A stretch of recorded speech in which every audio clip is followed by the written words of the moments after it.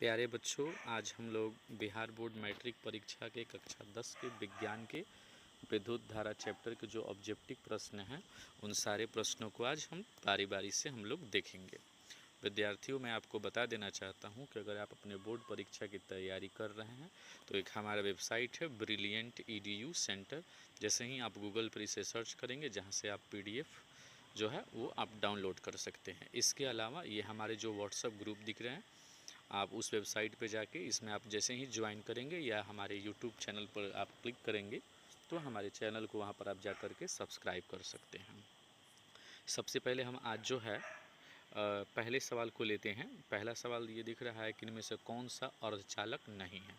तो सबसे पहले आपको ऑप्शन जो दिख रहा है सिलिकॉन, जर्मेनियम, पारा और सभी।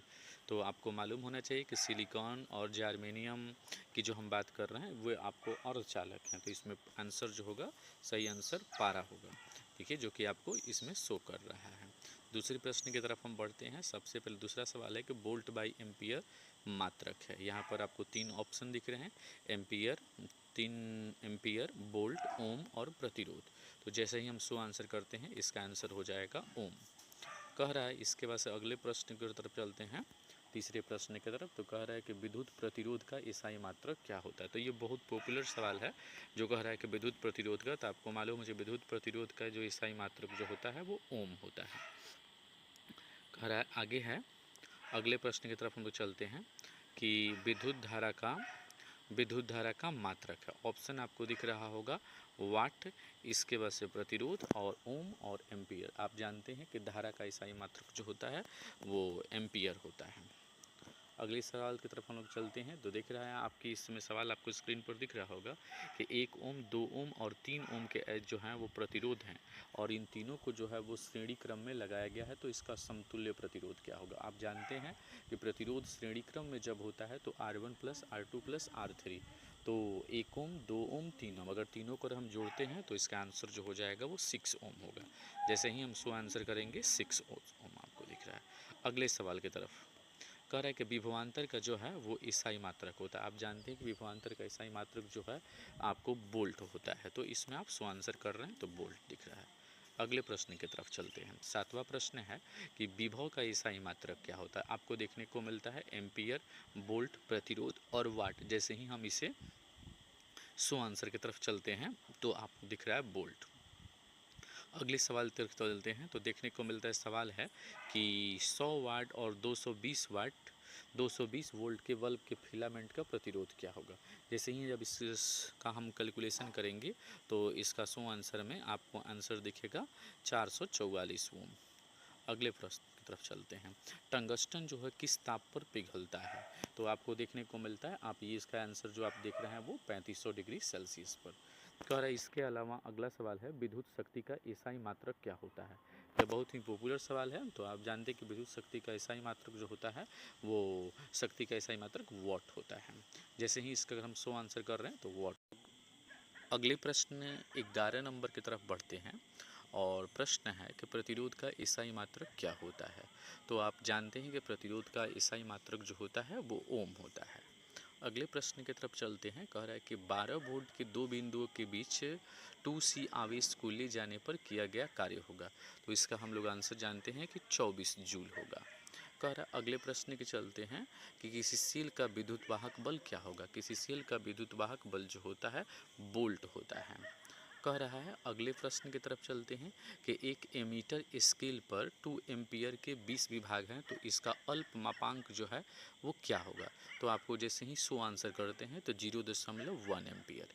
अगले सवाल की तरफ हम लोग चलते हैं और 15 नंबर कहता है कि आवेश का ईसाई मात्रक क्या होगा। तो हम लोग जानते हैं कि आवेश का ईसाई मात्रक जो होता है वो आपको कूलाम होता है। अगले सवाल की तरफ चलते हैं कि 16 नंबर प्रश्न है कि चालक के तार से विद्युत धारा प्रवाहित होती है तो गतिशील कण क्या होगा। तो आपको परमाणु, आयन, प्रोटॉन, इलेक्ट्रॉन। तो इसका आंसर हो जाएगा आपको इलेक्ट्रॉन। कह रहा है कौन विद्युत का सुचालक है। तो इसमें विद्युत का सुचालक जो है आपको देखने को मिलता है लोहा भी है और लोहा के साथ साथ क्या है, ग्रेफाइट भी है, दोनों है। तो अगले प्रश्न की तरफ चलते हैं कि विभवांतर का ईसाई मात्रक क्या है। तो विभवांतर का ईसाई मात्रक यहाँ पर आपको 4 ऑप्शन दिख रहे हैं, आपको धारा, एम्पियर, वोल्ट और ओम। तो आप जानते हैं कि विभवांतर का इकाई मात्रक वोल्ट होता है। अगले प्रश्न की तरफ चलते हैं। विद्युत बल्ब में तंतु बना होता है। आप जानते हैं, बहुत बार आपने बुक में पढ़ा होगा कि विद्युत बल्ब का तंतु जो है वो टंगस्टन के माध्यम से क्या किया जाता है, वो बनाया जाता है, जिसका आप लोग जानते हैं कि उसका गलनांक जो होता है वो काफ़ी उच्च होता है। जैसे आप देखेंगे टंगस्टन। कह रहा है 10 एवं 20 ओम के दो प्रतिरोध को श्रेणी क्रम में जोड़ने पर समतुल्य प्रतिरोध क्या होगा। आप देख रहे हैं कि 10 ओम और 20 ओम दिया है, तो 10 और 20 दोनों को जैसे ही आप जोड़िएगा तो 30 ओम इसका प्रतिरोध हो जाएगा।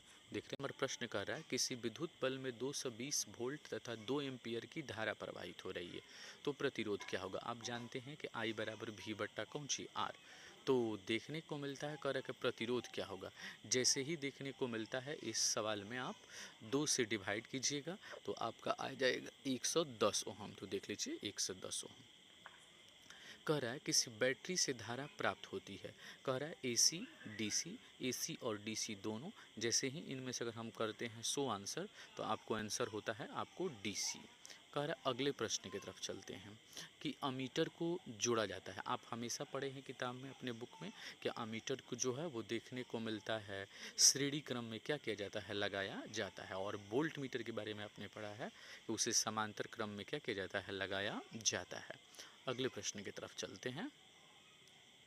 अगला प्रश्न हमारा जो है वो 24 नंबर है कि वोल्ट मीटर को जोड़ा जाता है। तो आप देख रहे हैं कि वोल्ट मीटर, अभी आपको हमने बताया था कि वोल्ट मीटर हमेशा जो है वो समांतर क्रम में क्या किया जाता है, लगाया जाता है। आगे सवाल है प्रश्न नंबर कि विभवांतर मापने वाला यंत्र है। तो विभवांतर को मापता कौन सा है यंत्र, तो आप जानते हैं विभवांतर को वोल्ट मीटर के माध्यम से क्या किया जाता है, मापा जाता है। अगले प्रश्न की तरफ चलें। 1 वोल्ट बराबर होता है, तो आप जैसे ही अब इसका देखने को मिलता है joule by second, joule by coulomb, joule by metre. जैसे ही इनमें से हम 100 आंसर करते हैं तो जूल बाई क्या हो जाएगा, कुलाम। अगले प्रश्न की तरफ चलते हैं तो कहता है किलोवाट घंटा किसका मात्रक है। तो किलोवाट घंटा जो है हम लोग बहुत ज़्यादा से पढ़े हैं कि उसे विद्युत ऊर्जा का मात्रक जो होता है वो किलोवाट घंटा होता है। आगे चलते हैं, अगला विद्युत हीटर में प्रयोग होता है। तो आपने देखा होगा कि विद्युत का जो हीटर होता है उसको बनाने के लिए नाइक्रोम की तार का क्या किया जाता है, इस्तेमाल किया जाता है। जैसे ही 100 आंसर कर रहे हैं तो आप देख रहे होंगे नाइक्रोम। कहता है विद्युत चुंबक बना होता है। आपने बहुत बार बुक में पढ़ा होगा कि विद्युत चुंबक को बनाने के लिए देखने को मिलता है कि नरम लोहे का क्या किया जाता है, इस्तेमाल किया जाता है। कह रहा अगला सवाल है विद्युत धारा उत्पन्न करने वाली युक्ति है। तो विद्युत धारा को उत्पन्न करने के लिए जनित्र का क्या किया जाता है, इस्तेमाल किया जाता है। 100 आंसर कर रहे हैं